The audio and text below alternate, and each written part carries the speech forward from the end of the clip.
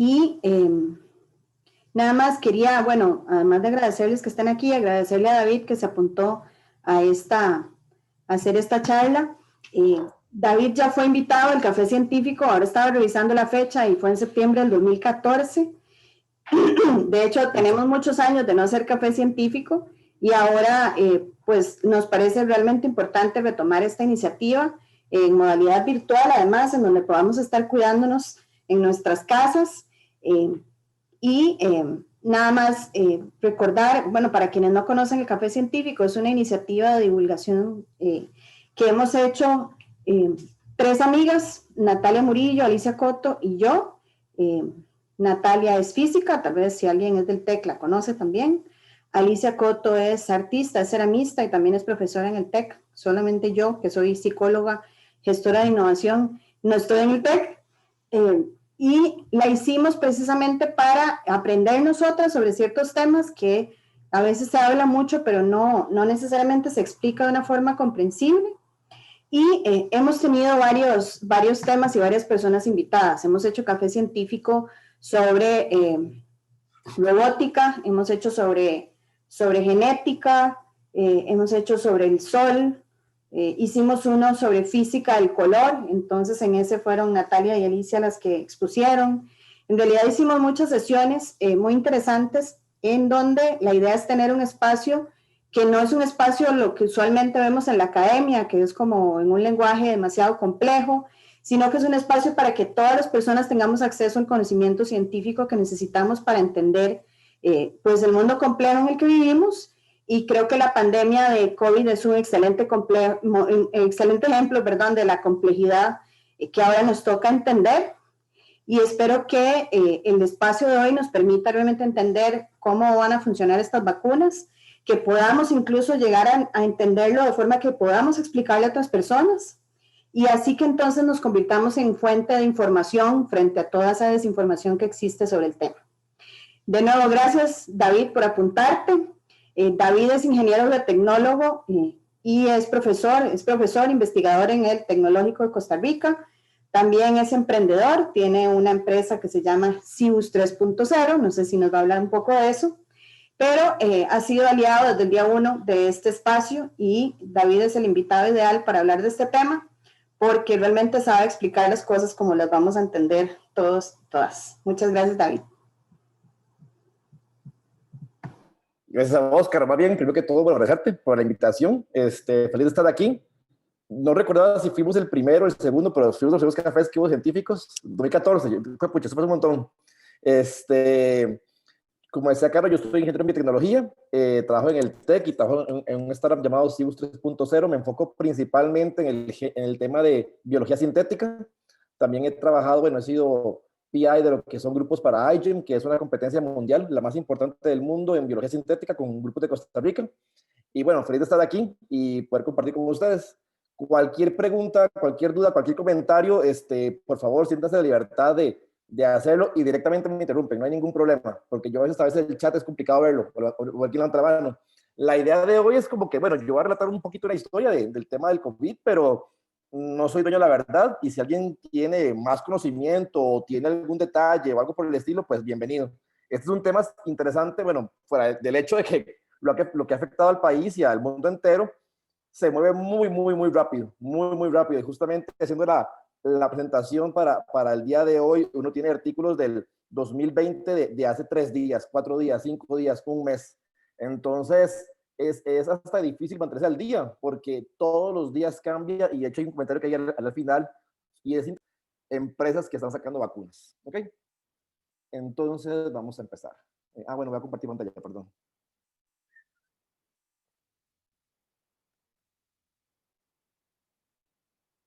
Listo, ok. Bueno, el día de hoy tenemos un café, Zoom y vacunas, y allá es como conocer un poquito de lo que es la tecnología que hay detrás. Bueno, como ustedes saben, perdón, para quitar esta cosa de aquí. Ahora sí. Como ustedes saben, desde el 2019 tenemos un problema llamado Coronavirus Disease. De hecho, COVID-19 es el acrónimo de esta enfermedad, y como ustedes bien saben, pues tenemos desde el 2019 aquí, que nació en China, en Wuhan, Y aquí quiero aclarar algo, es un punto importante para empezar. Y justo yo tenía esa discusión, no, hace 2 días tenía esa discusión, que hay rumores o siempre hay, bueno, conspiraciones raras de que la gente dice de que este virus fue creado en laboratorio. Y es importante para empezar la discusión, ¿no? Este virus, hasta donde hay evidencia, y hay muchos artículos que hablan sobre el tema, no es creado en un laboratorio. ¿Y cómo se sabe esto? Bueno, porque cuando se hace una ingeniería genética tan fuerte para hacer un virus tan complejo como quedan como ciertas cicatrices, por una forma. Esto es como coser un pedazo de manga en una camisa. Si se rompe la camisa y le pongo una tela, aunque sea la misma tela, siempre queda la costura, ¿cierto? Pues es lo mismo en genética. Si uno saca y mete genes constantemente, pues van a quedar pequeñas scars, se llama de hecho cicatrices, que quedan en el genoma y sería fácilmente evidenciar que fue mutado en un laboratorio o hecho por original genética o biología sintética. Ahora, hace poquito leí un artículo que explicaba que sí puede ser generado en laboratorio por una técnica llamada mutación dirigida, que es básicamente poner al microorganismo, pues al organismo como tal, en presencia de una gran cantidad de agentes como lo puede ser luz UV, como lo puede ser antibióticos, como lo puede ser químicos diferentes. Ahora bien, para hacer un organismo tan complejo como y hacerlo por mutación dirigida es muy difícil y tomaría muchísimo tiempo. Hay muchos productos generados por evolución dirigida, perdón, pero hablamos de una proteína o de una mutación o 3, 4 mutaciones muy específicas. Pero ya algo tan complejo como lo que tenemos hoy en día sí es un poco complicado. Entonces, de nuevo, no hay evidencia certera de que ya se creó un laboratorio. Tomaría demasiado tiempo hacerlo y hacerlo por tecnologías modernas, pues habrían señales en el genoma del virus. Entonces, por eso es que se refuta con cierta vehemencia que esto fue creado en laboratorio. Ahora bien, en esta vida nada es certero, nada se puede decir que es 100% cierto, pero la tendencia es pensar o creer que no. Entonces, siguiendo, para empezar, yo honestamente no estoy claro, digamos, del background de cada uno y voy a hacer la exposición como si la gente no fuera del área, pero igual cualquier persona está invitada, por favor, a intervenir. Todas las características que tiene un ser vivo, llámese humano, llámese bacterias, llámese perros, gatos, jirafas, monos, lo que ustedes quieran, están definidas por los genes. Los genes son los que definen el color de piel, el color de los ojos, el pelo largo, si es lacio, si es largo no, si es lacio, si es crispado, si somos intolerantes a lactosa, si somos de tendencia a obesidad o no. Todo esto se define principalmente por los genes. Los genes están dentro de una célula y los genes a la vez se convierten en ARN mensajero. Y esto es muy importante para lo que hablamos el día de hoy. Tenemos una cadena de doble hélice llamada ADN, que eso lo vemos en la escuela, y ese ADN se convierte por efectos de enzimas a ARN mensajero. Y ese ARN mensajero después es convertido por una molécula llamada ribosoma en proteínas. Las proteínas, algunas son enzimas, otras no, pueden ser estructurales, o sea, que son como bloques de construcción, o son enzimas que son trabajadoras, que más bien hacen procesos, ¿ok? Entonces, por ejemplo, las proteínas son encargadas de darle la forma al cabello, por ejemplo, o son las estructuras para formar células, para formar piel, y a la vez tenemos las enzimas que son las que transportan oxígeno, convierten el azúcar en compuestos más simples, etcétera, etcétera, ¿ok? Y esta es una foto de nuestro amigo el COVID-19. Ahora, vean que es una molécula muy simple, es un virus, de hecho, no es vivo. Los virus pueden estar formados por ARN o por ADN. En este caso, tiene su genoma basado en ARN y se le llama coronavirus porque tiene estas moléculas verdes que son como púas, que se llaman spikes, de hecho. Y esos spikes, de hecho, son los que utiliza el coronavirus para poder infectar las células. Esta envoltura, que es una glicoproteína, que es como un saco que guarda al ARN mensajero, perdón, al ARN del virus, en esta envoltura tiene estos spikes, que esto es como una llave, básicamente. Y todas las células de los organismos tienen receptores, que son como un cerrojo. Entonces, estos spikes, estas columnas verdes, lo que hacen es que son la llave para abrir ese cerrojo. llamado receptor que está en la célula animal, en este caso, en nuestro caso humanos. ¿Ok? Entonces, esto es un diagrama que muestra un poquito el tamaño de las partículas para que nos demos una idea. El coronavirus mide apenas un micrómetro. Una bacteria, Bacillus, mide 0.5, o sea, 5 veces más grande. PBO es una partícula, mide 2.5. Una célula de un partículo rojo mide 7 micrómetros. Vean que ya hablábamos aquí de 70 veces más grande. Y una molécula ya más grande, PM10, mide 10 micrómetros. Las partículas que son filtradas por las máscaras no son más grandes de 0.007 micrómetros. Y algo muy importante es que el CO2 sí pasa por una máscara. Y eso también es importante decirlo, porque a veces, bueno, yo he escuchado muchas teorías de estas de que la gente se va a sofocar y se va a enfermar porque traga CO2. Eso no es cierto. El CO2 pasa fácilmente por la máscara y eso evita que llegue cualquier tipo de afección. Sobre el tema de que se puede acumular como mucosas o saliva o levaduras o bacterias, pues sí, eso es cierto, lógicamente, ese es el chiste de la máscara. Si eso pasara, pues la máscara no serviría. Por eso es muy importante que una de dos, si usamos máscaras que son reutilizables, pues tratemos de cambiarla cada día, lavarla siempre después del día de uso y después cambiarla. Ojalá tener varias ahí para hacer línea, o si no, usar las desechables y se usan solamente una vez por día. Entonces, bueno, un día y después se desechen. Pero de nuevo, las máscaras sí permiten pasar el CO2, pero no permiten pasar hongos y bacterias ni saliva, y eso es justamente la intención de poder utilizarlas, para no permitir que salga pues cualquier cosa de afuera de la boca. Ahora bien, cuando uno respira, que se puede hacer por la nariz o por la boca, inclusive uno puede tragar aire por la boca, aquí estamos agregando partículas, y esas partículas pueden ir este tipo de virus llamado el COVID-19. Ahora, este virus, esta partícula que es la derecha, que es la como se ve realmente, la que es en la foto, baja por todo lo que es la tráquea y llega hasta los pulmones. Esos pulmones, vemos que hay unos hilitos al final, unas rayas rojitas, esos son los alvéolos. En los alvéolos se da lo que es la transferencia de oxígeno y de CO2. El CO2 entra al alvéolo para después ser expulsado por la boca y el oxígeno entra para pasar al sistema circulatorio y así es el transporte de partículas de oxígeno, de diferentes tipos de compuestos. ¿Ok? En esa entrada y salida los alvéolos se almacena lo que son las partículas del COVID-19. Entonces, como dijimos anteriormente, estas que son como unas rosas, se pegan a los sitios verdes, al AC2.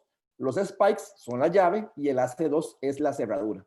En el momento que esa spike azul se pega al AC2, al verde, ya el virus logra penetrar, logra abrir la puerta, logra abrir ese rojo y esta va a ser absorbida por la célula. Aquí en una foto un poquito más compleja, vemos arribita a la izquierda cómo la molécula del virus se pega al receptor, después entra, ya abrió el cerrojo, entra, va pegado por ahí, y después la molécula rompe la envoltura. Eso es como un huevo. Y al romper la envoltura, entonces se libera el ARN que viene dentro de la envoltura. Y ese ARN mensajero va a utilizar las ribosomas de la célula para replicarse, para poder producir más y más copias del virus como tal dentro del envoltorio y después son liberadas de la célula para poder infectar más y más células y pues obviamente alojarse sobre el hospedero que es el ser humano. Aquí otro punto importante mencionar, y a veces la gente habla de si el virus es o no es mortal, que si es letal o no es letal. Este virus es letal, perdón, no es letal. Ahorita hablamos más antes de eso. Y esto es muy importante, porque si fuese letal, si fuera más agresivo, es una doble de filo. Si fuese muy letal, por un lado, que sería pues malo, lógicamente, mata al hospedero, mata al ser humano que lo tiene. Y eso reduciría por mucho la dispersión del virus. Pero al no matar al hospedero, entonces uno como persona se vuelve como una incubadora del virus y está constantemente contagiando a las demás personas. De ahí la diferencia con otros virus, y a veces la gente dice, bueno, pero es que esto no es como el ébola o otro virus más fuerte. No, no lo es. Y en parte ese es el problema. Aunque sea un poquito crudo decirlo, es el problema, porque eso permite que uno sea una incubadora de virus y esté diseñándolo por todo lado y contagiando a otras personas que a la vez van a ser portadoras, bueno, incubadoras y portadoras del virus, ¿ok?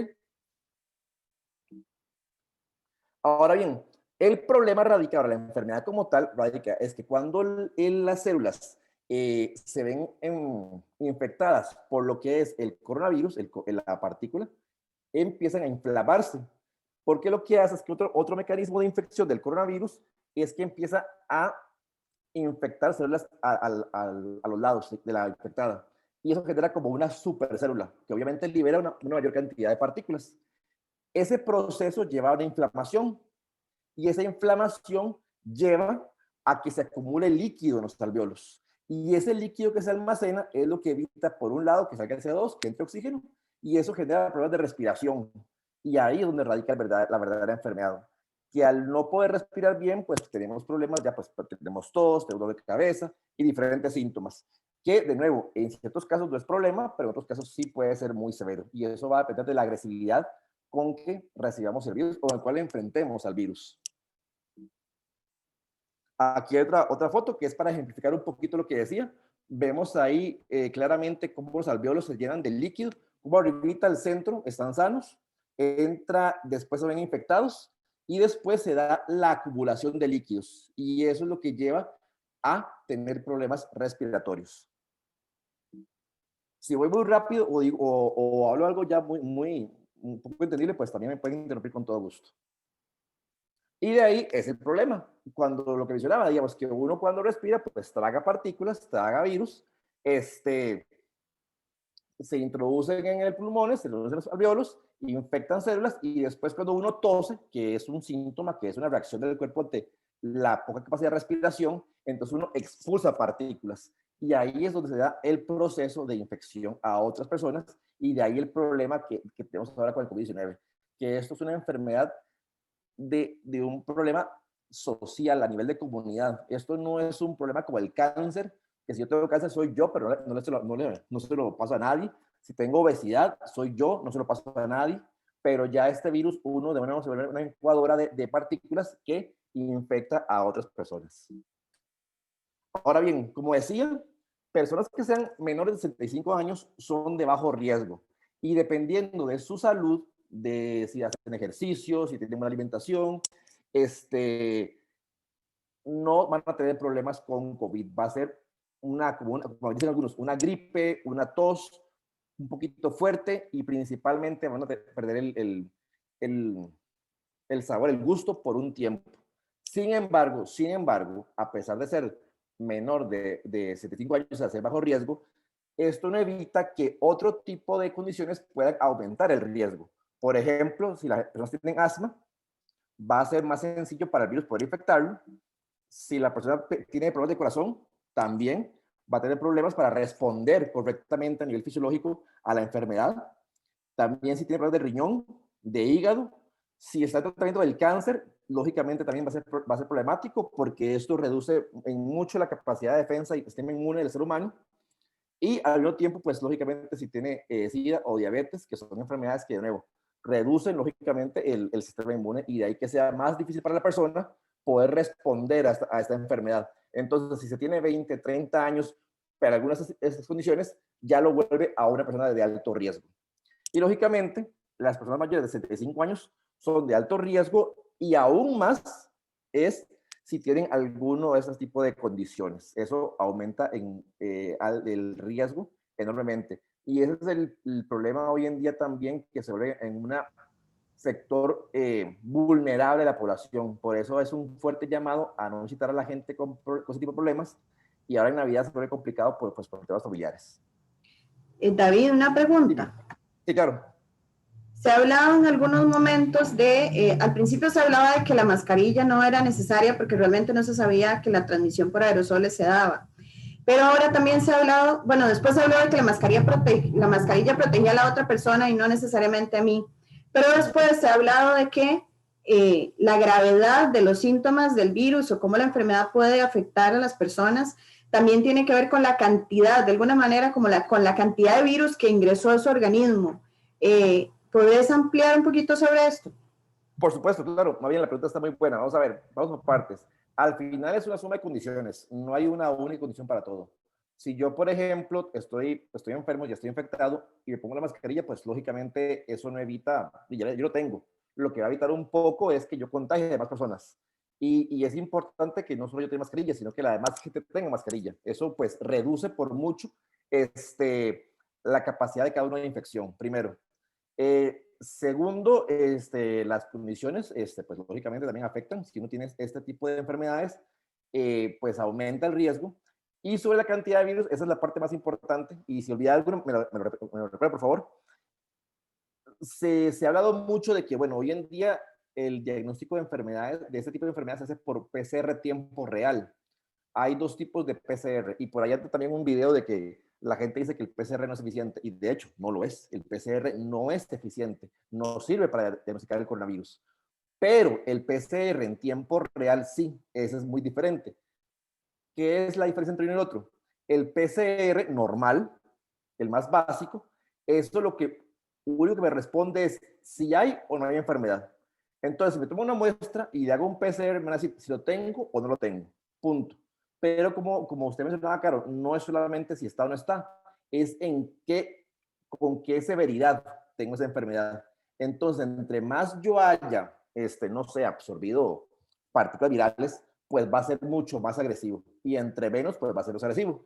Y ahí depende de mi sistema inmune, que también va a responder. Si absorbí poco, pero soy alguien saludable, con ejercicio, con buena alimentación, pues posiblemente no tenga ningún problema. Ahora, si ya aspiré muchas partículas, pues ahí sí puede ser un poquito más complicado, porque eso es como una guerra. Es una guerra entre las partículas virales y el sistema inmune. Igual, si son muchas partículas virales, pues va a tener una ventaja y puede afectar más rápido que mi capacidad de responder.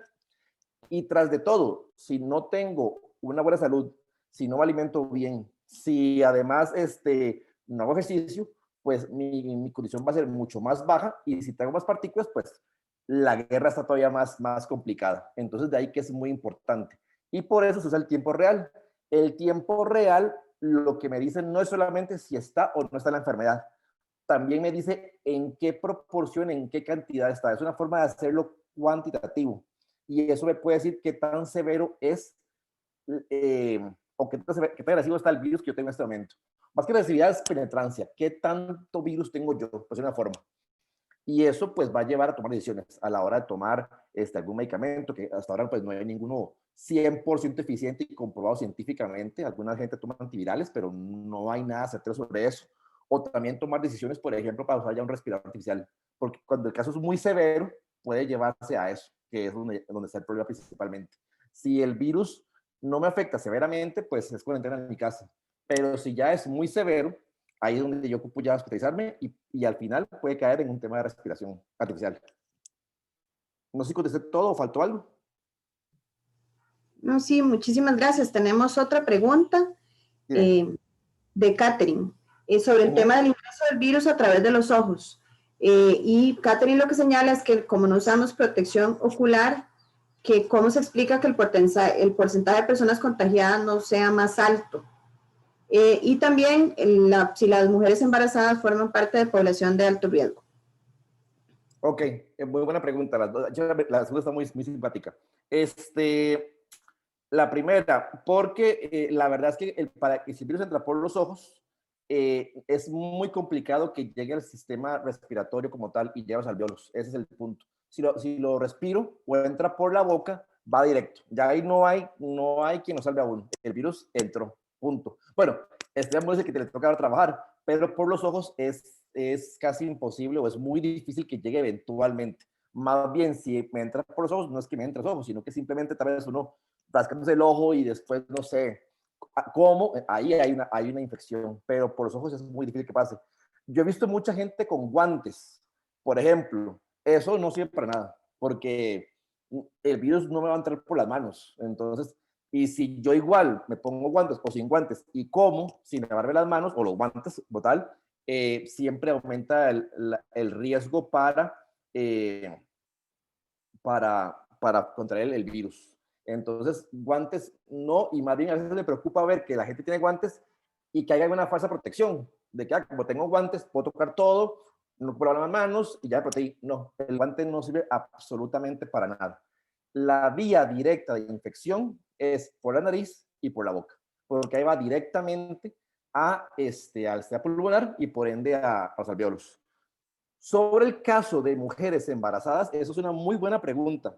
Vamos a ver, depende un poco, la verdad, porque depende un poco ya el estado de salud de la madre, porque es que ya son dos vidas, la madre y el hijo que lleva en el vientre, o la hija. Entonces, si a nivel de salud está bien, pues puede ser más respuesta, pero generalmente eso lleva a un desgaste físico de la madre y la verdad es que es más propenso a que pueda afectar a la persona. Ahora bien, y honestamente, yo no he leído nada de este tema específico, y es que las madres, yo no sé si han visto o escuchado este tema de que se ven rejuvenecidas después de que dan a luz. Eso tiene una expresión científica, y es que las madres generan una gran cantidad de células madre, y eso es una terapia, literalmente. Pero al final va a depender mucho, pero tiende más a ser una persona de riesgo que una persona que vaya a estar mayor defensa al tema del virus. Pero sobre eso definitivamente falta más investigación en el punto de células madre. Pero sí, es una persona más de riesgo, totalmente. ¿Otra pregunta, Caro? ¿O todo bien? No, no hay más preguntas por ahora. Ok, perfecto. Seguimos. Entonces, bueno, esto lo expliqué ya previamente. El coronavirus llega, se pega al AC2, al receptor, que es como el cerrojo de la célula, se pega al spike del virus y con eso ya entra a la célula y ahí libera el ARN viral, que eso pues va a generar que la misma célula genere más y más partículas. Ella lo que hace es aprovecharse de la célula para poder replicarse, producir más y más copias y después infectar más y más células. Ahora bien, pero aquí inicia el sistema de respuesta. Cuando se libera las partículas virales, nuestro sistema inmune responde y lo que hace es generar una serie de antígenos y además busca destruir lo que son las partículas virales. Entonces, por un lado, se producen anticuerpos y por otro lado se generan células T que ya reconocen al virus. Los anticuerpos se producen en grandes cantidades justamente para pegarse a los spikes. Entonces es una forma de bloquear la llave. Es como que yo agarre una llave y le ponga plasticina. Ya no puede pegarse ese cerrojo y no abre la puerta. Las células beta empiezan a producir anticuerpos y bloquean todas las llaves que tiene la partícula viral, como lo ves a la izquierda. Y las células T lo que hacen es reconocer esos spikes y después buscar células infectadas para destruirlas. Y estas células, tanto las beta como las T, son la memoria que tenemos para seguir respondiendo ante el ataque del coronavirus. ¿Cuál ha sido un problema? Cuando hablamos de otro tipo de enfermedades, como la gripe normal, que nos vacunamos o generamos resistencia ante ella, es que tiende a ser duradera. Puede ser 1 año, 2 años, tiene un tiempo bastante amplio. Con el coronavirus, lo que se ha visto es que no dura más de 4 meses. Y esa es una de las grandes preguntas que tenemos con las vacunas. ¿Cuánto va a durar la resistencia o la inmunidad más bien a este virus? Y es una pregunta que se va a ver hasta que esté en el mercado ya la vacuna. Se han hecho estudios y se ha visto que están durando muy bien 4 meses, pero es que las vacunas son muy recientes, entonces todavía no se ha generado más tiempo para ver cuánto se ha mantenido. Sí es importante decirlo, no ha bajado. O sea, si a mí me inyectaron, por ejemplo, hace 4 meses, al día de hoy no se ha visto ninguna reducción en la cantidad de células T. No hay. Ha sido muy baja y está todavía muy por encima de lo requerido. O sea, ha sido muy baja la reducción en las células. Y a la vez es muy poquita la cantidad que uno ocupa para hacer resistencia. Pero definitivamente hace falta más tiempo para ver realmente cuánto dura estas vacunas o la eficacia de estas vacunas para ver cuántas dosis ocupa uno o cuántos tratamientos ocupa a lo largo del año. Eso es muy importante, pero eso se sabrá conforme pase el tiempo. Yo calculo que por lo menos unos 6 meses más, porque llevamos 4 meses nada más con lo que son los trials que se han hecho para el tema de evacuar la eficiencia de las vacunas. ¿Ok?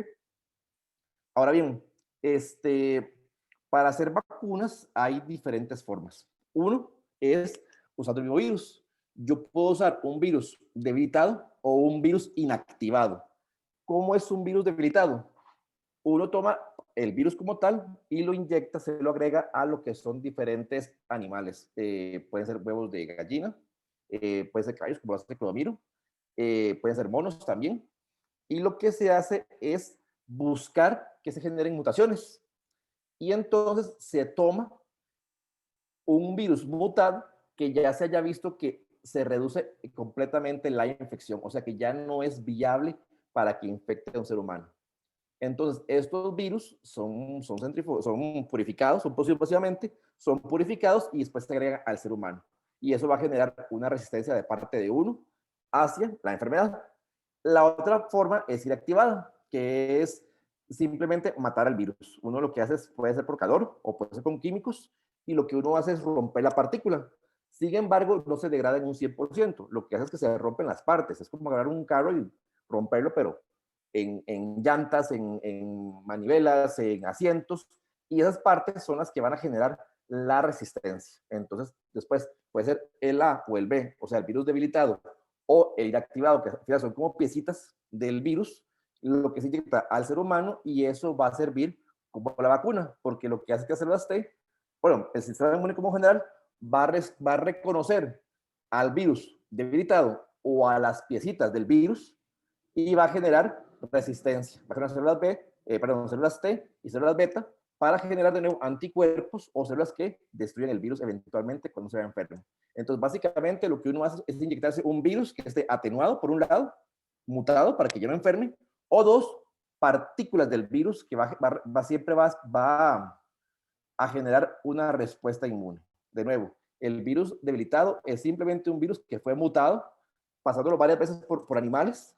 Esa mutación lleva a que ya no infecta al ser humano, y esa partícula sí me genera resistencia, me genera inmunidad. No me enferma, pero sí me genera inmunidad. Y el inactivado es tomar el virus, romperlo en pedacitos, y esos pedacitos de nuevo no me van a generar enfermedad, pero sí me estimulan inmunidad. Esa es la forma más básica de generar una vacuna. Ahora, la siguiente, que esta vez son las que están más de moda y es en parte de lo que se usa hoy en día, que es usar vectores virales. ¿Qué es esto? Esto es generar un sistema donde yo le inserto un pedacito del gen que produce las spikes, las llaves que abren el cerrojo. Entonces, yo lo que hago es que por ingeniería genética logro replicar nada más el spike, solamente. No genero el resto de proteínas o de genes que me infectan y enferman, solamente la llave, nada más la llave. Entonces, ¿eso qué va a generar? Uno por ingeniería genética puede producir masivamente esos pedacitos, y esos pedacitos después son inyectados en uno como una vacuna y me van a generar resistencia, como lo vimos al principio. ¿Cuál es la ventaja con respecto a la otra forma? Que cuando se pasan por animales, el problema es que pueden ir algunos proteínas o compuestos que generen alergias, y eso nos ha visto muchos problemas. Entonces, yo lo paso por caballos, por gallinas, por cualquier tipo de animal. A la hora de purificarlo, pueden ir compuestos que me generan a mí algún tipo de alergia. Y es cuando uno ve que hay efectos secundarios muy agresivos, muy fuertes. En este caso, como uno lo que usa es un pedacito del virus nada más, solamente, y es entonces casi que ADN, entonces no estoy llevando ningún tipo de compuesto extra, y eso me ayuda a que no voy a generar resistencia a esos compuestos. Ahora, es muy importante, esto no elimina los efectos secundarios, eso casi que siempre va a haber. El tema es que si yo, por ejemplo, tengo algún tipo de alergia a, no sé, a los huevos, a la proteína del huevo, entonces me puedo enfermar por eso. Y puede ser inclusive hasta peor. Pero por esta metodología solamente va el pedacito de ADN que genera el spike, que es la llave, y esa llave lo que me genera es la inmunidad. Y así evito otro tipo de problemas. Continuamos. También, que es una mezcla del pasado, están las vacunas de ADN y de ARN, donde uno lo que toma es partes de ADN que me genera el spike o de ARN y las introduzco en las células para que las células generen los spikes. ¿Cuál es la principal diferencia con el anterior? Que en el anterior yo uso un vehículo, que es el vector. El vehículo es como que yo entre en un carro literalmente a un parqueo. Entonces el vehículo ayuda a protegerme y a ser más eficiente. Si yo voy aquí, ADN y ARN es en un vehículo. Entonces el problema es que eso pierde un poquito de eficiencia, porque la célula va a generar algunas partículas para degradar ese ADN o ese ARN. Entonces ahí es donde se genera un poco el problema. Pero se puede producir en grandes cantidades. Pero el mecanismo es exactamente el mismo. Uno agrega ADN o ARN a la célula y ella va a producir partículas virales para después generar inmunidad. Uno aquí en todas esas formas lo que uno busca es generar inmunidad ante la presencia de pequeños pedazos, pequeños fragmentos del virus. En este caso, solamente es ADN y ARN que me produzca proteínas, como en el segundo slide, que produzca proteínas específicas para buscar generar inmunidad. Aquí es lo mismo, solo que usando un vehículo, que es el vector.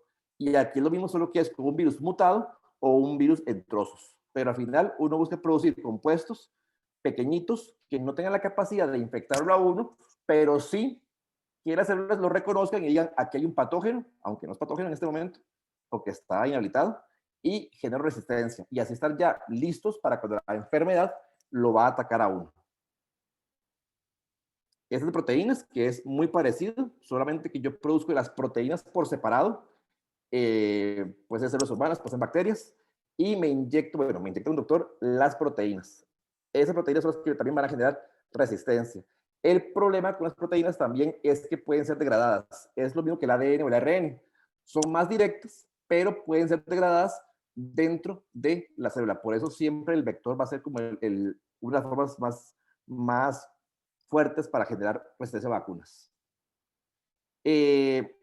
Después, algo muy interesante, digamos, el primer gráfico es una forma de ver más o menos por dónde anda el asunto en temas de investigación.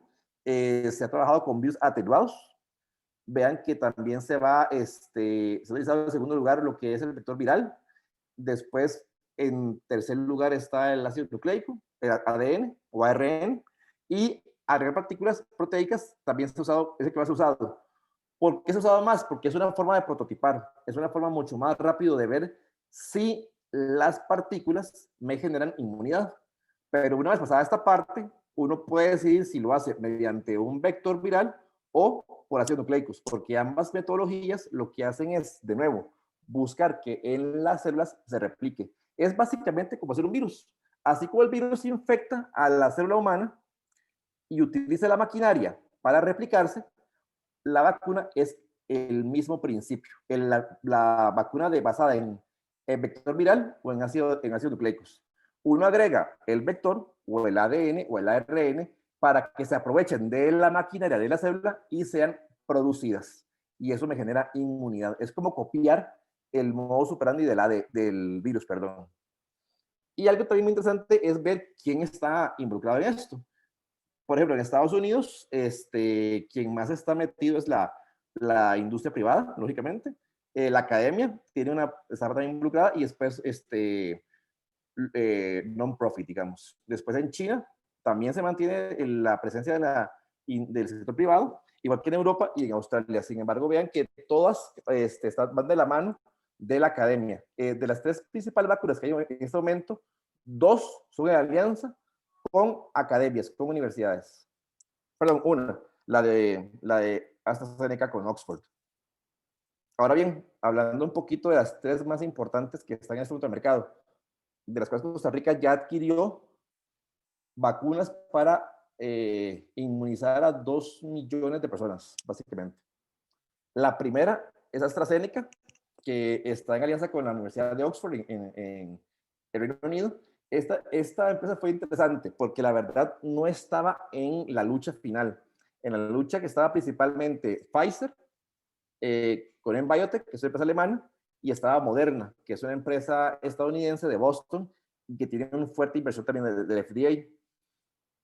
Oxford, AstraZeneca, ellos estaban en un 60% eficacia. Entonces los dejaba por fuera porque Pfizer y Moderna tenían alrededor de un 90% al día de hoy. Pero ellos hicieron un cambio muy pequeñito, y es que las 3 vacunas ocupan 2 dosis.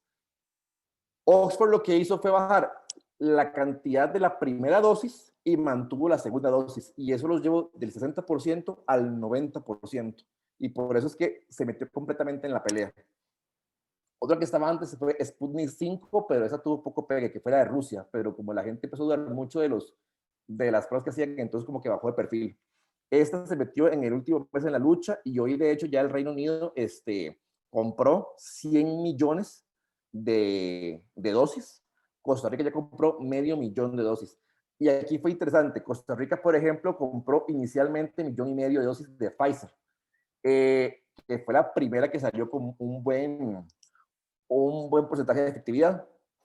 Pero, como les digo, solo se veía a Moderna y a Pfizer. Después llegó hasta AstraZeneca al final, y entonces ahí Costa Rica compró medio millón más de vacunas, pero de dosis. Entonces, fue interesante ver cómo cambia todo esto, y esto fue tema de un mes entre una y otra.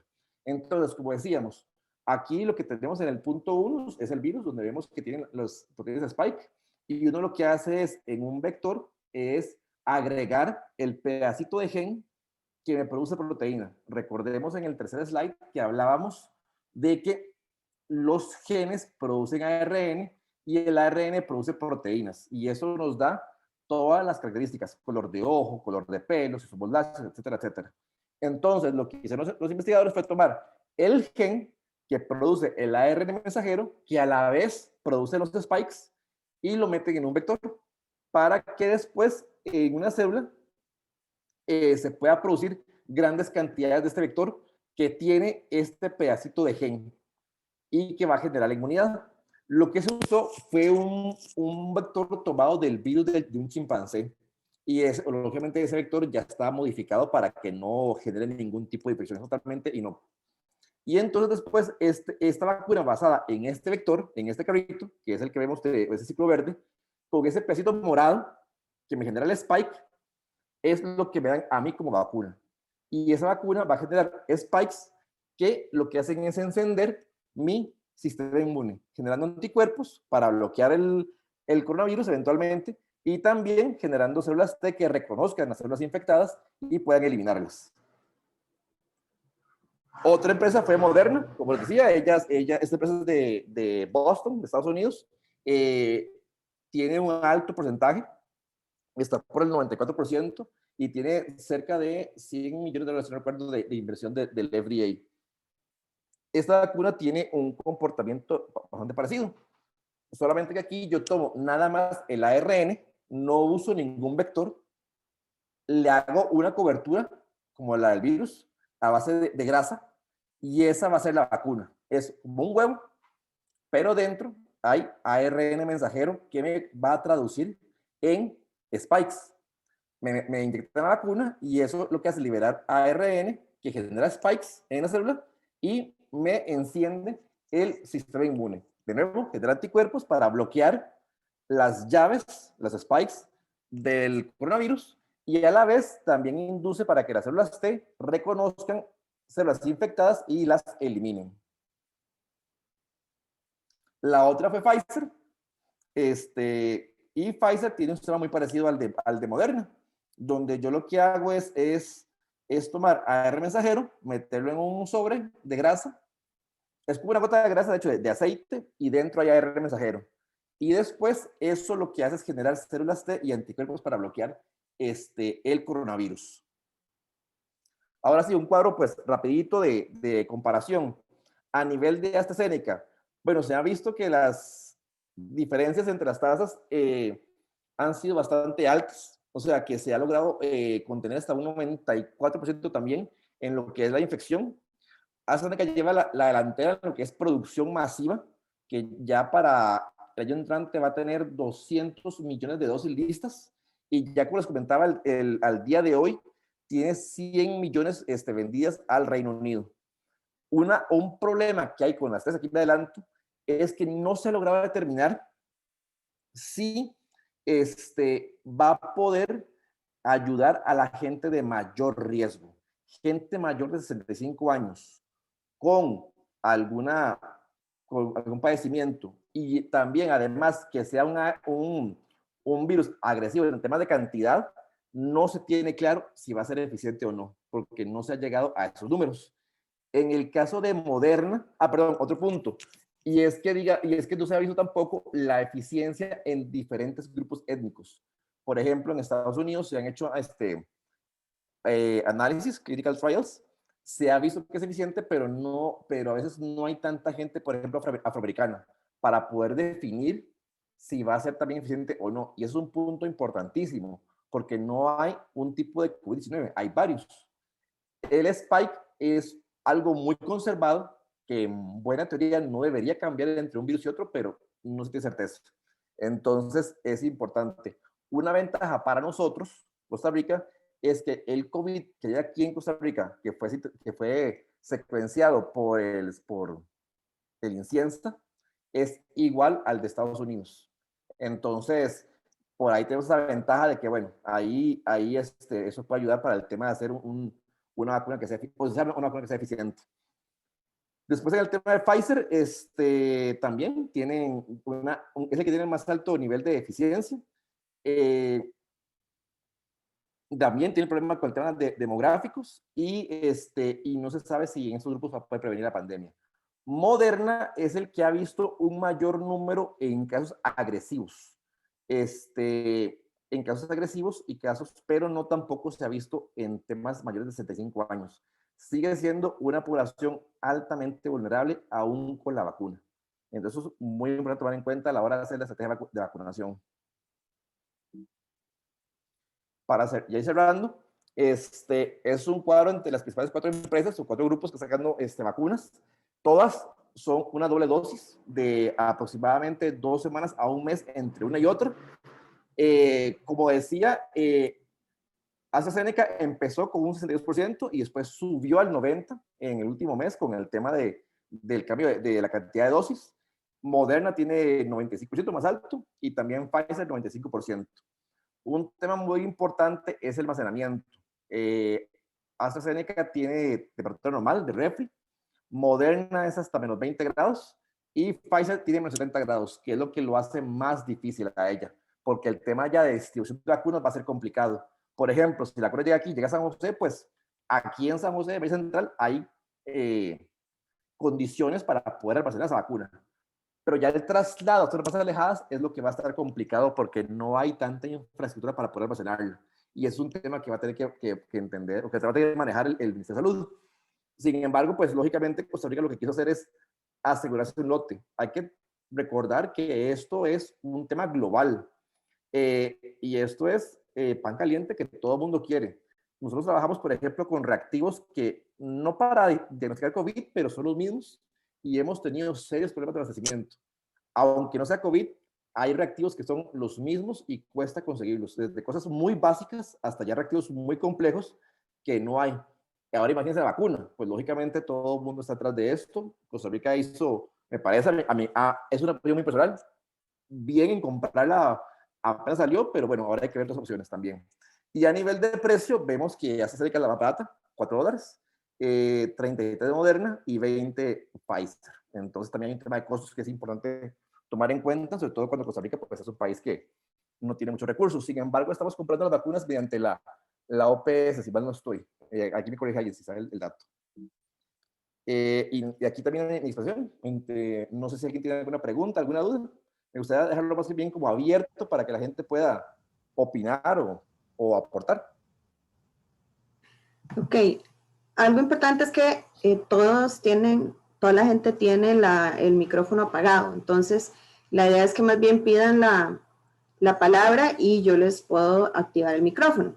Hay una pregunta que tiene que ver con que si se sabe ya cuál es la diferencia entre la inmunidad que se genera o la posible inmunidad que se generaría si yo ya contraje el virus de forma por contagio versus con la vacuna, que me parece que es algo que explicaste, pero tal vez podrías volverlo a recalcar.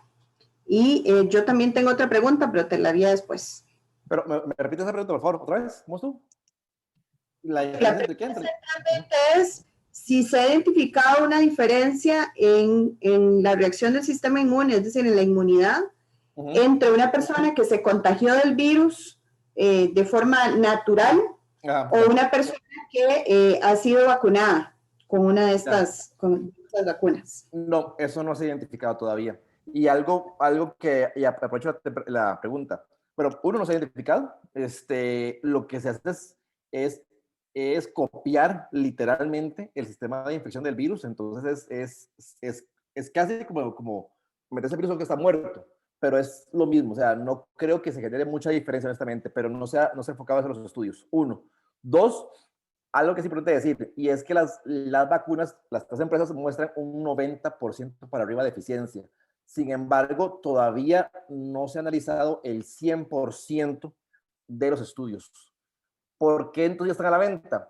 Porque como estamos en un estado de emergencia, el FDA está aprobando vacunas que tengan por más de un 50% de eficiencia. Y ya con lo que se lleva estudiado, se sabe que ya pasaron ese 50%. Lo que falta analizar es ver, digamos, en cuánto queda la verdadera eficiencia. Si es 95, si es 90, si es 80. Moderna estima que va a quedar en 85, 70. Astra y Pfizer son un poquito más conservadores. Ellos creen que puede bajar no menos de 60, pero igual ya están por encima del 50. Pero todavía la verdad se queda mucho, mucho, mucho por estudiar. De nuevo, ni siquiera sabemos cuánto va a durar. Se cree 4 meses porque ya se ha visto que 4 meses sí dura, pero hay que ver si son 4, 5, 6, 7, 8 meses. Volviendo al punto original, no se ha visto diferencia, pero personalmente no creo que haya mucha porque se usa las mismas partes del virus. Entonces, no vería razón de que se genere alguna respuesta extraña. Tal vez sí en eficiencia, lógicamente, si me genera más o menos inmunidad, pero no una inmunidad diferente. Otro punto importante es que no han habido hasta ahora fallecimientos, creo que por ahí ronda la noticia, pero no se ha comprobado. Y sí hay efectos secundarios, que son dolor de cabeza, fatiga y también dolor en el brazo inyectado, pero eso ha durado hasta ahora 2 días. Ok, aunque la pregunta no se ha hecho, me parece que es importante que en el video quede claro y que sea algo que podamos aprender para poder rebatir ese argumento. Se ha hablado mucho del tema del origen de este ARN mensajero que se está usando en las vacunas. Básicamente, lo que quisiera es que te volvieras un poquito a explicar la tecnología propiamente, en términos de cómo es que se genera este mecanismo, este mensajero, como lo dice su nombre, porque hay mucha bulla con respecto al tema del feto, del aborto, etcétera, y creo que sería muy bueno que quienes estamos escuchando te entendiéramos bien para poder argumentar.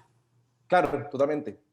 Vamos a ver, como explicaba en el slide 3, todas las características son producidas por ADN o por ARN. El ADN me genera ARN y el ARN me genera proteínas, ¿ok? Todas las células de todos los seres vivos tienen genomas, que es o el ADN o el ARN que lo componen. Y toda esa sopa de letras, que son 4 letras, ATCG en caso de ADN o AUCG en el caso de ARN, es un código, es una clave. El tipo de orden de las letras es una clave que me codifica a una proteína para hacer los ojos verdes, a una proteína para ojos azules, a una proteína para el pelo lacio, a una proteína para el pelo crespo, y así sucesivamente. Ahora bien, entonces, este virus del COVID-19 tiene un genoma basado en ARN. Ellos no tienen ADN, tienen nada más ARN. Ese ARN mensajero se traduce directamente en proteínas, ¿ok? Todo este conjunto de ARN, esa sopa de letras, tiene diferentes códigos. Un código es para la envoltura, otro código para la infección, otro código para lo otro, y hay un pedacito del código que es para producir los spikes, que son la llave que abre ese rojo. Entonces, lo que los investigadores hicieron, o esta gente que trabaja en estas vacunas, fue de todas esas sopa de letras, se enfocaron en una clave nada más, en un código, que es el código que me origina el spike. Nada más. No hay más genes de infección ni de generar supercélulas, nada por el estilo, solamente la llave. Es como que yo saque mi billetera y solo saque la llave, nada más. No hay cédulas, no hay tarjetas, no hay dinero, solamente la llave, en este caso el spike. Y ese pedacito de ARN que me codifica, que traduce al spike, es lo que se usa para hacer las vacunas. Entonces, ese pedacito de ARN únicamente me va a codificar a spikes, no me codifica absolutamente a otra cosa. Entonces, al final es muy similar lo que hacen las tres empresas. La única diferencia es que AstraZeneca usa un carro, un vehículo. Moderna y Pfizer no usan vehículo. Pero en los tres casos, lo que buscan es producir ARN. Ese pedacito de ARN que me codifica, me traduce. Es como la clave de la computadora. Es la llave que me va a abrir la célula. Entonces, cuando se produce esa llave, lo que se hace es que las células lo reconocen la llave como algo extraño. Y eso me genera una respuesta inmune, que van a ser, por un lado, células beta que producen anticuerpos para bloquear eventualmente partículas virales, a los spikes, u otra es fomentar que las células T puedan reconocer células infectadas y las eliminen, se las tragan literalmente y la degradan por dentro. Entonces, eso es lo único que se produce. Se toma de todas sus letras la parte que produce spikes y es lo que se usa para hacer la vacuna. Gracias. Así cuando nos digan que la vacuna modifica nuestro ADN, ya podemos decir No, con no. contención. Yo vi un video de esos, fue simpático. Y es que es muy interesante porque uno encuentra gente que realmente tiene mucha elocuencia y para hablar primero, uno, y dos, hay buenas producciones, y tres, hay cosas que se alejan, pero no tanto. O sea, es que yo he visto videos que sí son disparates, que uno dice, esto es imposible, pero es que ni enseñan a hacer esto. Pero hay videos que hay donde tienen una pequeña línea y, inclusive para gente entrenada puede ser complicado diferenciarlo si es cierto o es falso.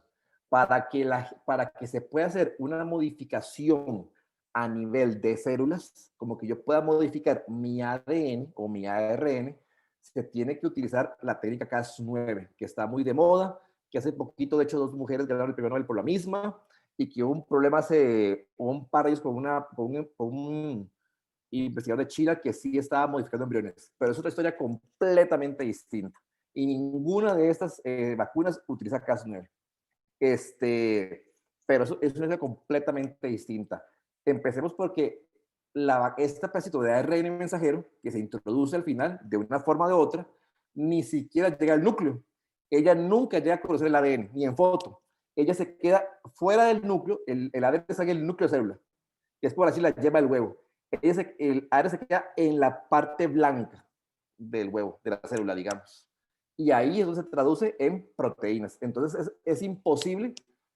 Primero, no tiene la capacidad, es un pedacito de ARN, no puede hacer eso. Segundo, ni siquiera llega a encontrarse con el ADN. Entonces es 100% imposible. Yo casi nunca digo que algo es 100% posible, imposible, porque todo es posible, pero en este caso es prácticamente nula que eso se dé. Ok, se consulta también si puedes ampliar un poco sobre el tema de alergias. Creo que valdría la pena, no es el tema específico del café porque no vamos a hablar de temas epidemiológicos centralmente, pero si puedes explicar cuál es el riesgo para personas con alergias o incluso para personas con el sistema inmune comprometido en términos de un tipo de vacuna, la que tiene el vehículo o el vector de chimpancé versus la otra. En este caso, las vacunas que está generando Moderna, Pfizer y AstraZeneca no producen alergias porque no generan ninguna proteína más que las básicas para producir la ARN mensajero. Entonces, no produce nada. O sea, es prácticamente imposible que genere alergias. Las alergias se pueden dar como respuesta del sistema inmune propiamente a otro tipo de proteínas que más bien se dan en en vacunas generadas en animales, huevos de gallina, otro tipo de mamíferos. Ahí es cuando la purificación no es tan exacta, que es muy difícil, ¿verdad? purificar un solo compuesto, una sola proteína, entonces ahí sí puede haber un problema de alergias. En general, las alergias son una respuesta del sistema inmune. Cuando no podemos degradar algo en el cuerpo, lo que hace es que el cuerpo lo lee como un ataque y entonces genera toda una respuesta inmune. El problema es que como no hay nadie, no hay con quien defenderse, el sistema inmune se ataca a sí mismo. Pero este no es el caso, no es el caso para nada. Entonces, en este caso es muy difícil hacer un tipo de alergia. Sería más en las vacunas que se generan a partir de modelos mamíferos, que se inyectan animales para después purificarlos y generar vacunas. Aquí no, aquí es un pedacito minúsculo. ¿Dónde puede haber problemas? Vamos a ver, que si yo, por ejemplo, me enfermé y tengo ya un sistema inmune básico, la vacuna que me pongan tal vez se enfrente a mi sistema inmune y ahí puede reducir la eficacia de la vacuna. Y si tengo un contagio fuerte, puede que no sea tan eficiente. Eso es un pequeño problema que todavía no se ha logrado a elucidar. Y es uno de los signos de pregunta que hay que resolver a nivel de desarrollo de vacunas, sobre todo en estas tres. Pero no, es complicado que con estas tres se dé. El virus del chipacé ya ha sido totalmente atenuado, el vector, el vehículo, entonces veo muy difícil. Y es que el vehículo no es nada, es más ADN que lo que busca es acompañar al gen que me produce la vacuna, pero no genera ninguna proteína para que me genere la alergia como tal. Entonces lo veo muy difícil. Ahora, sí se generan efectos secundarios, pero eso es algo totalmente diferente. Dolor de cabeza, fatiga, dolor de brazo, pero ya eso es una respuesta del cuerpo como tal, o bien como un síntoma, digamos, ante la respuesta del sistema inmune. Gracias, David. Otra pregunta es sobre si se sabe cuál es el porcentaje de personas que deberían estar vacunadas para que se considere que hay una inmunidad de rebaño. Que se ha hablado mucho del tema de inmunidad de rebaño, pero en términos de las vacunas no se ha planteado una cifra.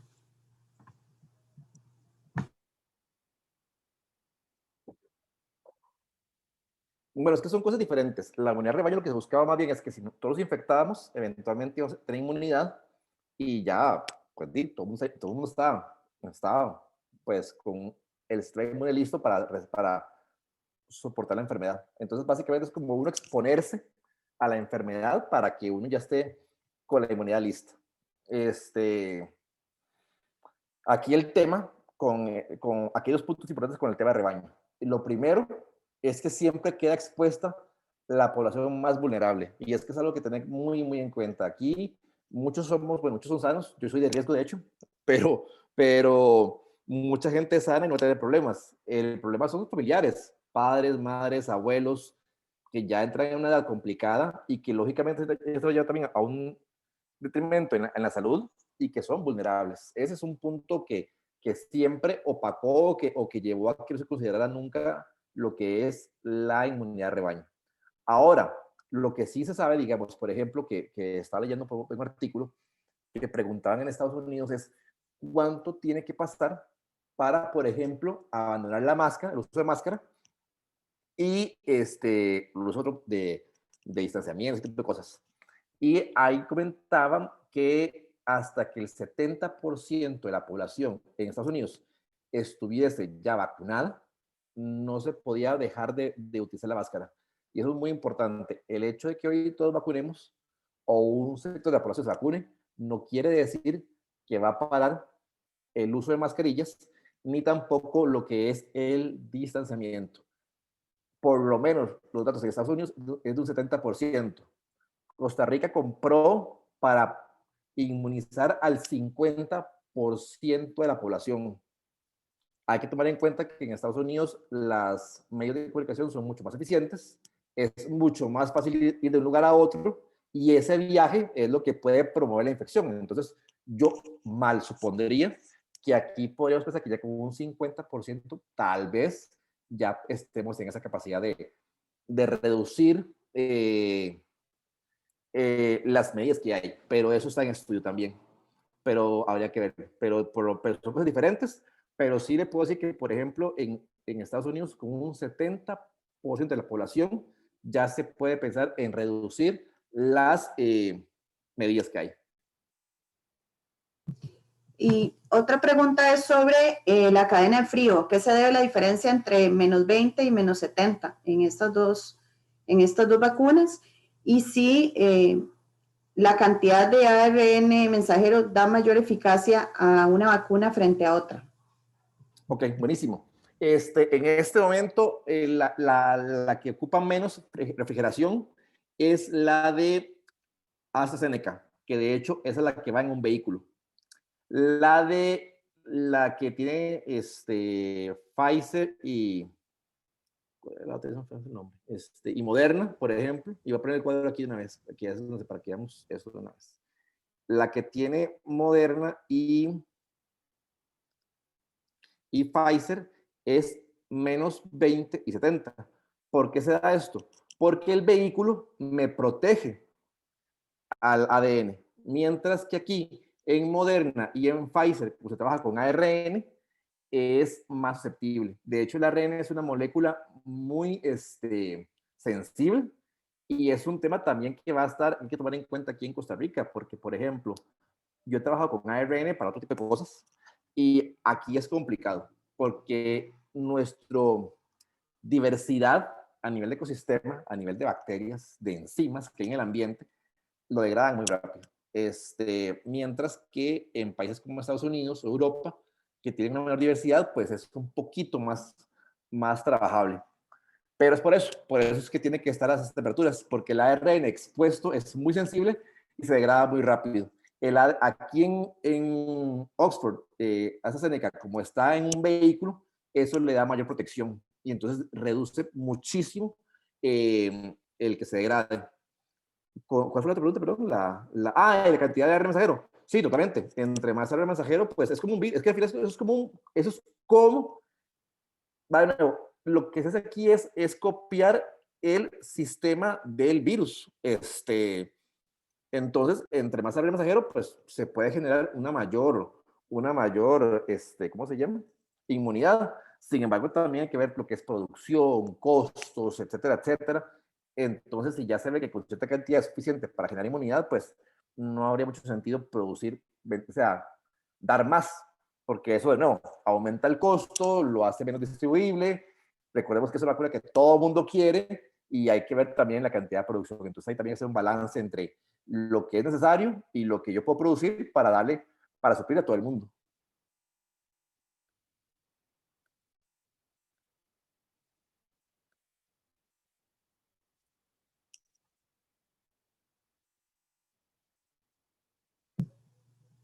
Ok, hay otra pregunta que tiene que ver con si la población infantil va a formar parte del esquema de vacunación a pesar de que no se han hecho específicas con esta población. Yo no estoy tan clara en si hay niños que participaron de los estudios clínicos. Entonces, si puedes ampliar sobre eso.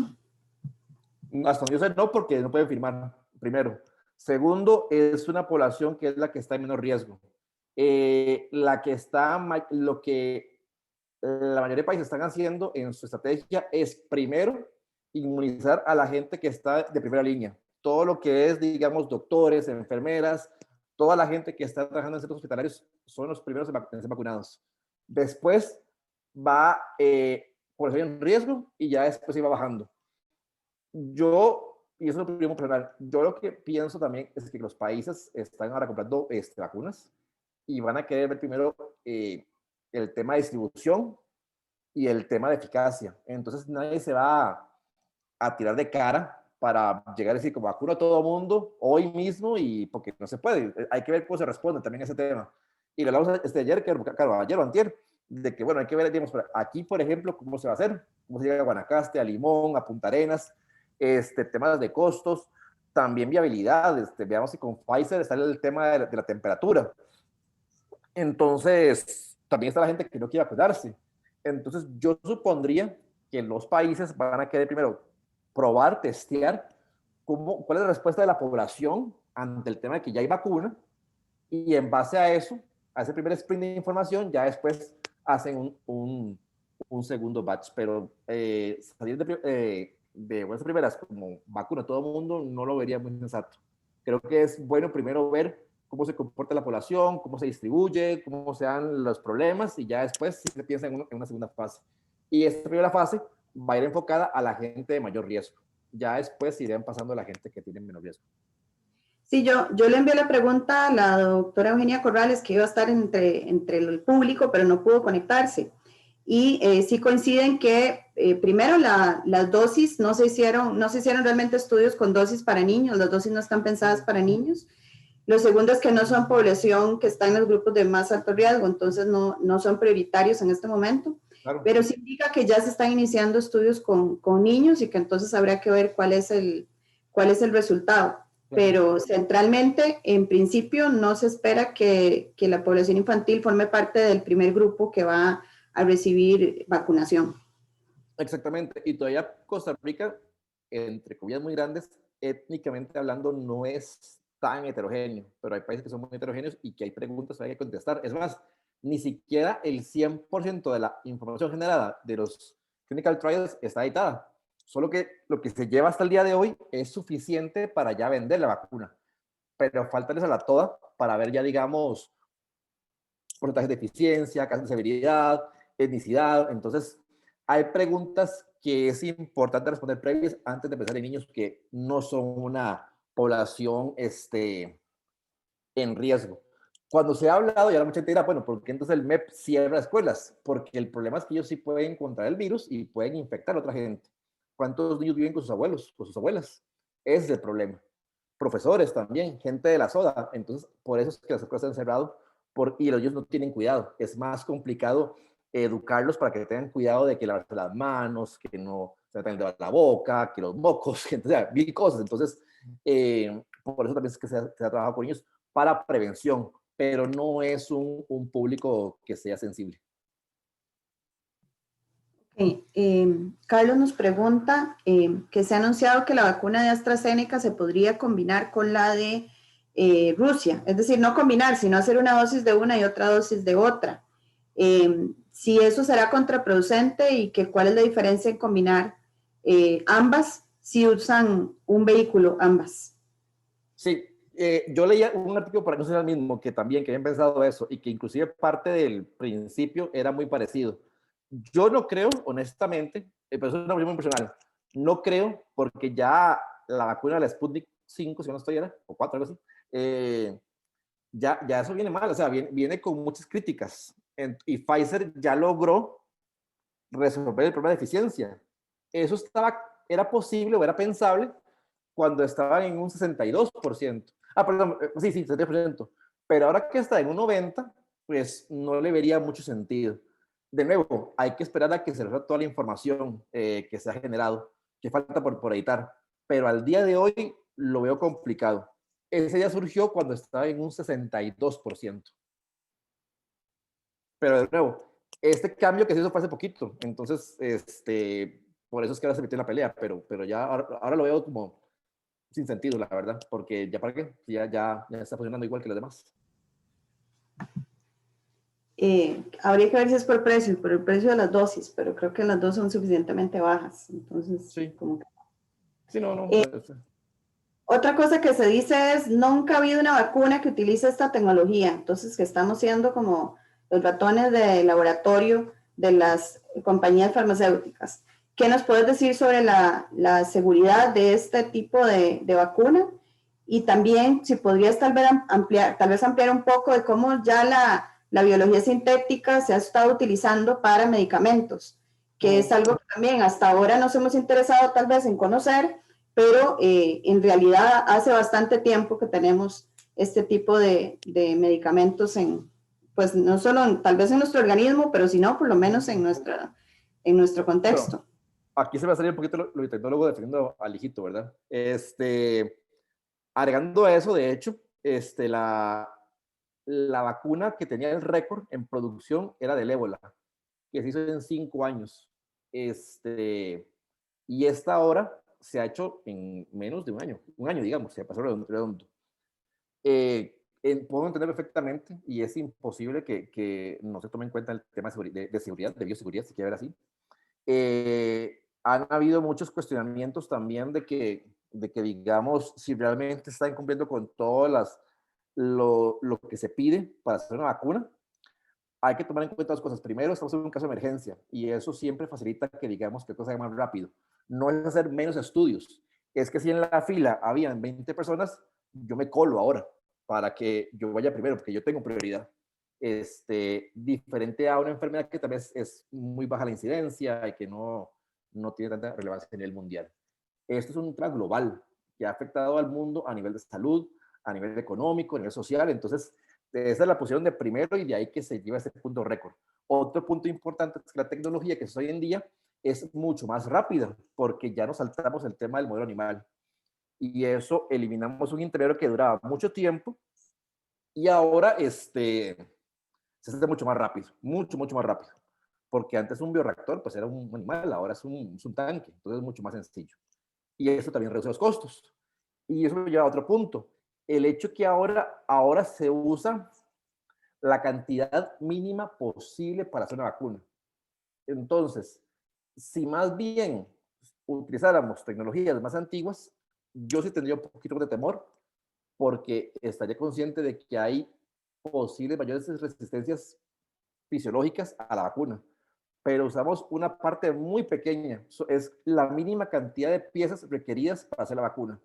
Es imposible negar que es una prueba, es imposible, pero yo me inclinaría más porque lo que puede fallar es el porcentaje de eficiencia de la misma a un tema de salud, pero solo el tiempo lo dirá. Pero si yo tuviese hoy que responder esa pregunta, yo me inclino más por que puede llegar a tener un problema de eficiencia o que puede ser diferente entre un grupo étnico u otro, o entre una nacionalidad y otra, pensando en un tema geográfico por el tema de qué tipo de virus tenemos.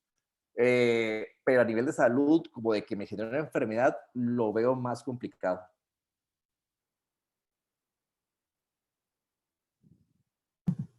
Y hay otra pregunta que plantea que por qué se han atrasado tanto en aprobar y aplicar la vacuna en Estados Unidos y Europa. Sin embargo, más o menos ya lo contestaste. Más bien estamos en tiempo récord en términos de desarrollo y de estudios y de aprobación. Se puede, Sí, y lo que no terminaste de contestar, porque me gustaría que hablaras como de la insulina, de otras cosas, es cómo la biología sintética se está utilizando para salud. ok, ya, perfecto. Sí, perdón. Vamos a ver. Bueno, el tema del tiempo sí, totalmente. Más bien ha sido bastante rápido. Más bien es esa la que la gente critica, que ha sido muy rápido.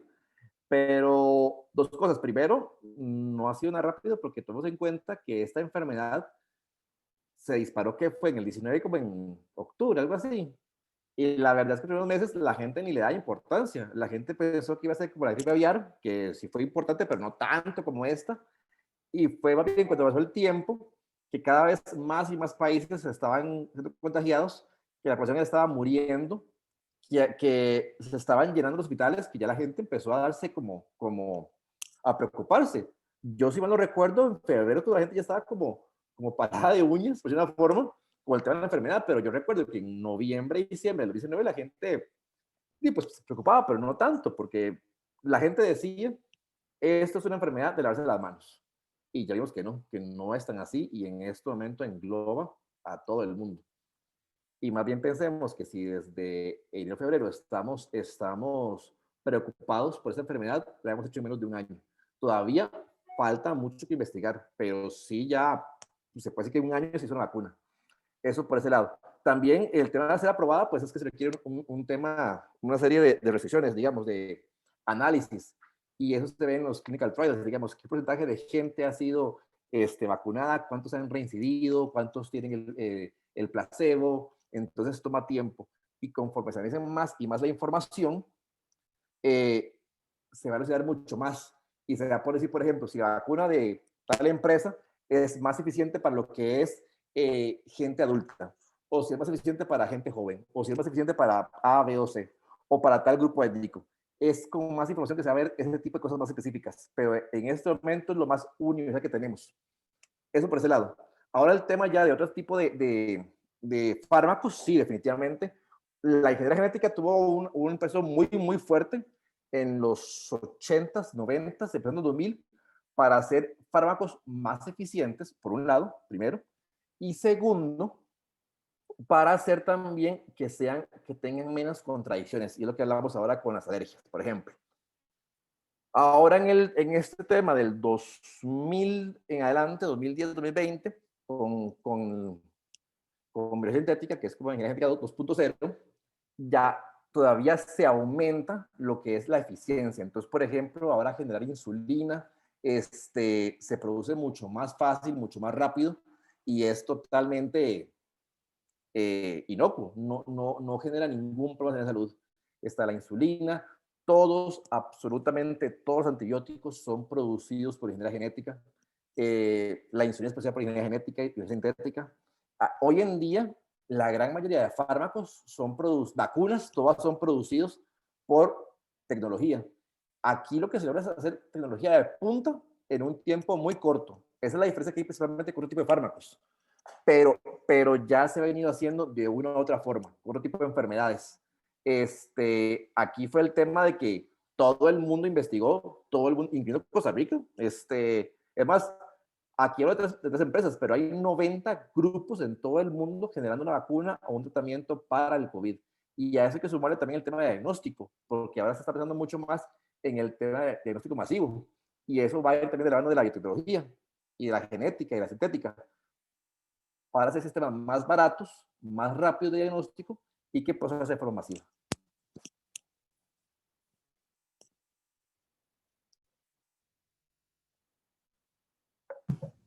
Gracias, David. Ya casi estamos terminando. Hay una última pregunta. Si se utilizó la tecnología CRISPR, como por ejemplo la proteína Cas13 con actividad ARN-ASA. Quedé perdida. Entonces, si pudieras explicar la pregunta, por ahí vamos bien. Ok, vamos a partes. CRISPR como tal, para ir un poquito más lejos, CRISPR es como un sistema inmune, un sistema de defensa de las bacterias. Las bacterias para defenderse, porque las bacterias también les da virus, de hecho, para defenderse usaban el CRISPR. Y entonces atacaban a virus de ADN o a virus de ARN. Lo que se hizo, o lo que se ha hecho en los últimos 10, 20 años, 20 años más bien casi, es que se ha utilizado esas proteínas, esas Cas9 o Cas13, para hacer procesos de ingeniería en células vivas. Bueno, se usan muchas cosas, pero lo que más genera como más, ¿cómo decirlo? Profesor Ortiga, es el tema de células vivas. Entonces, por ejemplo, yo hablaba ahora de que en China hubo un científico que estaba modificando embriones y usaba Cas9. Cas9 es para ADN y Cas13 es para ARN, ¿ok? ¿Por qué él hizo esto? Bueno, lo que se busca, se ha pensado, es que mediante esas proteínas de Cas9 o Cas13, yo podría eliminar genes defectuosos, genes que ya estén predispuestos para el cáncer, para, no sé, para Alzheimer, para algún tipo de enfermedad genética. Eso se ha pensado. El problema, o lo que la gente ve, es que también podría editar el genoma de un ser humano, de un embrión, para hacer ojos azules, para hacerlo rubio, de tez blanca, etcétera, etcétera. Entonces, eso es lo que está en este momento en discusión. ¿Se usa o no se usa para eso? Lo bueno, se puede eliminar enfermedades que son genéticas. Lo malo es que estaríamos buscando una generación aria, básicamente.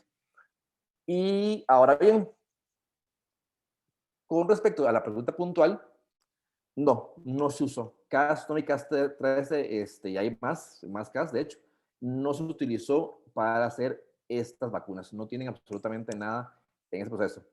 Este proceso nada más es un pequeño fragmento de ARN que me produce spikes. Y la diferencia entre una y otra es el vehículo. Pero no hay Cas9 para esto. No. O la vacuna directamente no está utilizando Cas9 para nada. Ni Cas3 tampoco, únicamente. Ok. No tenemos más preguntas. No sé si querés agregar algo hacia el final de este café. Recuerden que el video lo vamos a compartir en la página de Facebook de Café Científico. Ahí les pasé el enlace también. Y espero que así como reciben en sus WhatsApps mucha desinformación, ojalá puedan publicar un pedacito de este video en los grupos de WhatsApp también para contribuir con la divulgación de esta información. David. Bueno, así para cerrar, yo creo que es muy importante que siempre evaluemos la información de dónde viene. Es impresionante la cantidad de info que se genera hoy en día, que mucha es falsa. Lógicamente, esos videos de YouTube que con voz modificada, eso ni siquiera, yo ni siquiera lo abro, de hecho. Pero me preocupa mucho, por ejemplo, que inclusive para cuando hice esta exposición me encontré muchos videos que es facilísimo, que es muy fácil llegar a pensar que es cierto. Hay muy buenas producciones en base a esto. Y siempre los invito a que no se queden solamente como en lo que dice un video, un artículo, sino también que investiguen quién está escribiendo eso. Hace como un mes o dos, un film argumentaba que el tiempo real no servía, y me sacó una científica ahí que ella decía que no servía, que demostró que no servía, y la busqué y no existe. O sea, existe como tal solamente por eso, por entrevistas diciendo que no servían, pero no hay ningún artículo científico, no hay ningún experimento, no hay un grupo, no pertenece a ninguna universidad. Entonces uno dice, ¿dónde sacó esta información? Y es simplemente que ella se imaginó o quiso, no sé por qué, inventarse esto. Entonces es muy importante que aunque ustedes vean que una información es muy valiosa, que se ve muy bonita, que está muy bien producida, siempre investigar el origen. Yo honestamente solo veo como BBC, Nature o fuentes como muy, muy fidedignas. Y si es alguien como el doctor Patrick, no sé qué, yo lo investigo siempre o lo evito, porque es muy, muy fácil caer en información falsa. Y también yo hablaba con una compañera hace unos días sobre el tema del origen, si es sintético o si es mutado, si es natural el virus. Yo pienso que ya más allá de eso no importa. El problema ya es que mucha gente lo ha usado a su conveniencia para temas económicos, políticos, sociales, y eso me parece realmente malo. Todavía peor que haberlos utilizado en laboratorio. Entonces siempre es muy importante estar informado, pero sobre todo con información fidedigna y no cualquier patas vueltas ahí que quiera ver el mundo arder.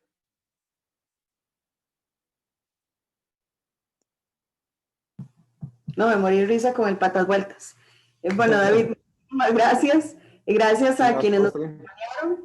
Y vamos a publicar este video muy pronto en el Facebook de Café Científico para que lo puedan compartir.